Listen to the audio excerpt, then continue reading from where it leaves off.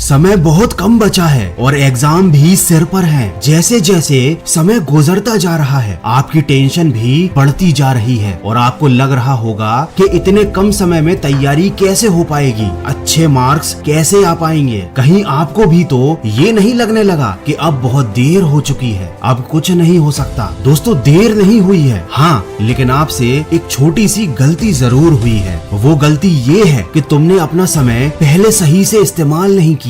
शायद उस समय तुम्हें दोस्तों से फोन पर बात करना या सोशल मीडिया का इस्तेमाल करना ज्यादा जरूरी लग रहा था, लेकिन जो हो गया वो हो गया, उसे बदला नहीं जा सकता। लेकिन आप इस गलती को अभी भी सुधार सकते हो। सबसे पहले तो अपने दिमाग से इस बात को निकाल दो कि अब कुछ नहीं हो सकता। तुम्हारे पास जितना भी समय बचा है उसे ये सारी बातें सोचने में खराब मत करो कि काश मैंने पहले पढ़ाई कर ली होती, क्योंकि इससे तुम्हें कोई फायदा नहीं होगा, लेकिन तुम्हारा बचा हुआ समय जरूर खराब हो जाएगा। हाँ, लेकिन अब खुद से ये वादा जरूर कर लेना कि जो गलती अभी हो गई है वह आगे आप नहीं दोहराओगे। अब जितना भी समय बचा है उसे दिल से नहीं बल्कि अपने दिमाग से इस्तेमाल करो। सब कुछ पढ़ने की बजाय केवल इम्पोर्टेंट टॉपिक पर ध्यान दो। पिछले सालों के पुराने एग्जाम पेपर्स पर रिसर्च करो, नोट करो कि क्या पढ़ना जरूरी है और क्या पढ़ना अभी जरूरी नहीं है। अपने सिलेबस के हिसाब से हर चैप्टर के इम्पोर्टेंट क्वेश्चंस को याद करना या सॉल्व करना शुरू कर दो। अपने किसी दोस्त को देखकर अपने टारगेट सेट मत करो। इस बात पर ध्यान मत दो